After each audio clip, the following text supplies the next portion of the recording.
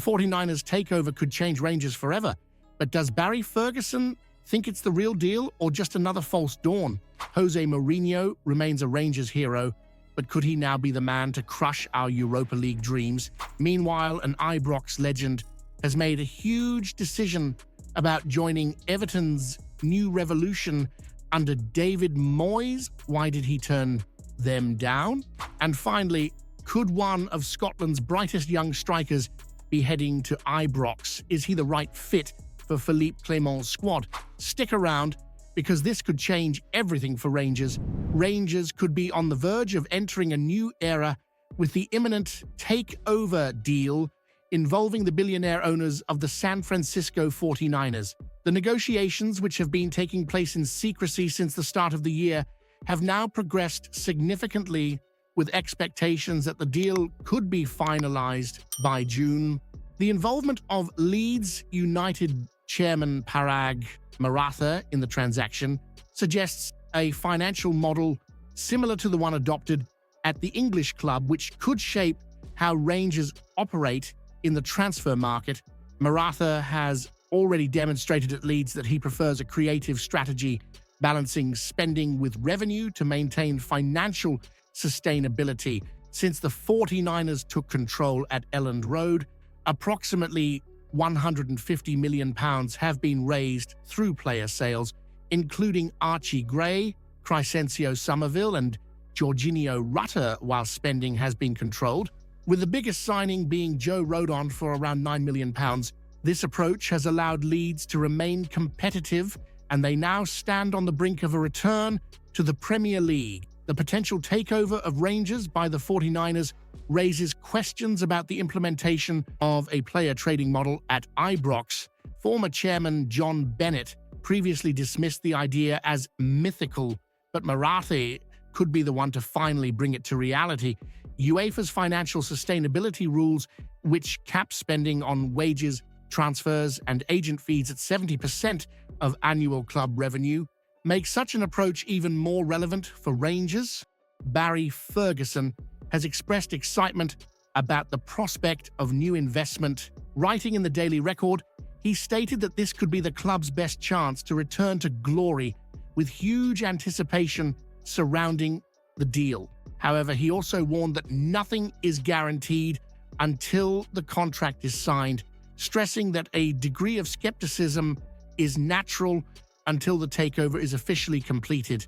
With only one Premiership title in the last 13 years and a recent history of mismanaged investment, Rangers are in urgent need of a management model that combines financial stability with sporting competitiveness. If the 49ers can replicate the success they have achieved at Leeds and in the NFL, Ibrox could be on the verge of a major transformation. Are Rangers ready to adopt a player trading model, even if it means selling key talents to balance the books? Or should the club demand a more aggressive investment approach to immediately challenge Celtic's dominance? Jose Mourinho will always hold a special place in the hearts of Rangers supporters, and it all dates back to a glorious night in Seville. While he may no longer be operating in Europe's elite leagues, the Portuguese manager remains a headline act, and his presence in this season's Europa League adds an extra layer of intrigue for Rangers. The Europa League pathway for Ibrox has become clearer after a dramatic night of football, with Twente and Anderlecht falling by the wayside.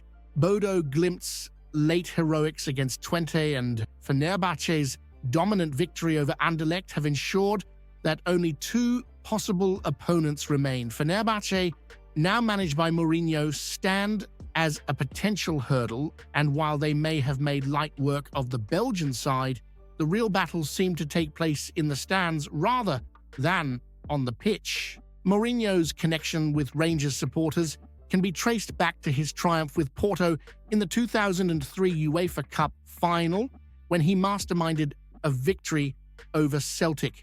That night in Seville was etched into Rangers folklore, not just for denying Celtic a European trophy, but for the way Mourinho reveled in the occasion.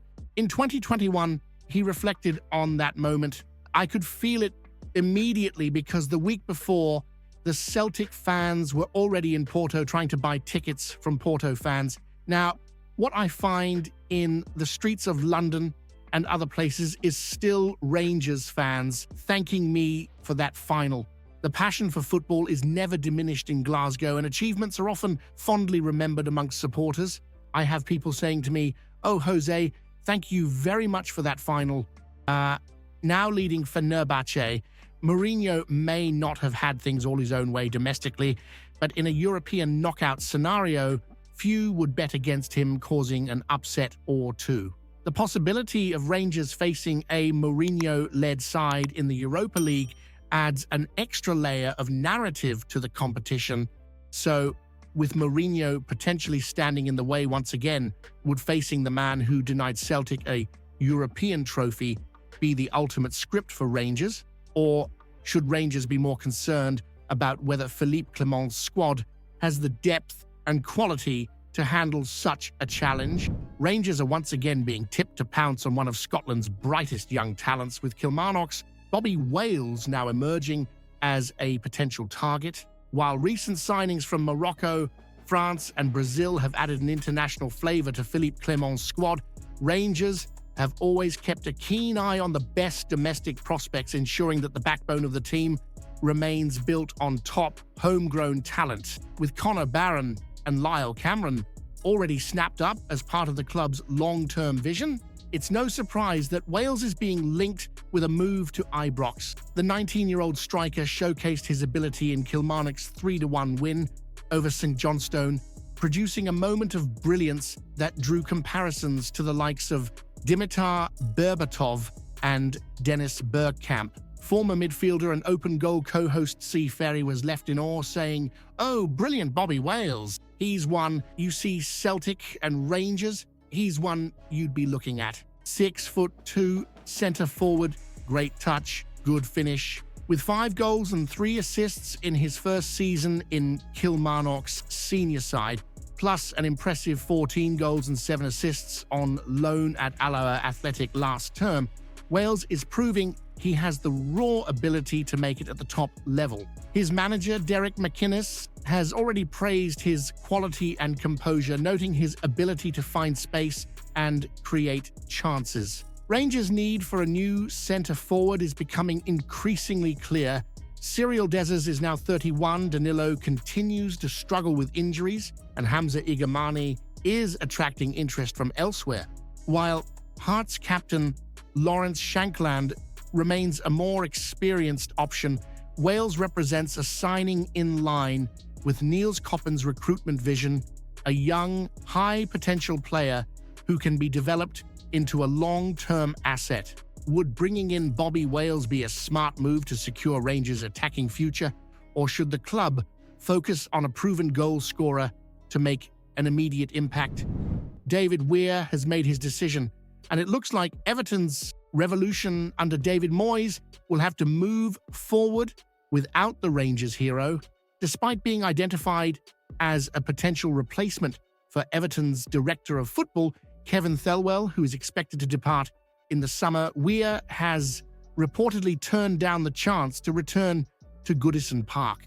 Instead, he has opted to extend his stay at Brighton, where he has played a key role in their highly praised recruitment strategy. Weir, who played for Rangers between 2007 and 2012, winning 3 league titles and a total of 8 trophies, has built a strong reputation behind the scenes. His work as technical director at Brighton has been crucial to the club's ability to consistently find and develop talent, and it appears he sees his future firmly with the Seagulls rather than being part of Everton's shake-up under new owners, the Friedkin Group. Speaking about Brighton's approach, Weir recently told Sky Sports, "I think it is about being consistent. Not every signing works because there are a lot of different dynamics. What we do well is give people time. We can afford to be patient, some can't. The work we did in the winter transfer window was predominantly for the future." This decision means that Weir will not be reuniting with Moyes, under whom he previously played during his first spell at Everton.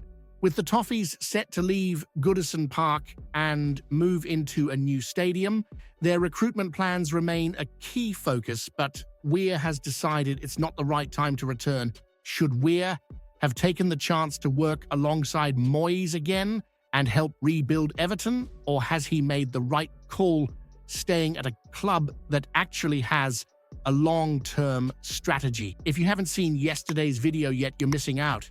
Explosive news about Rangers that'll leave every fan stunned. Go check it out now. Go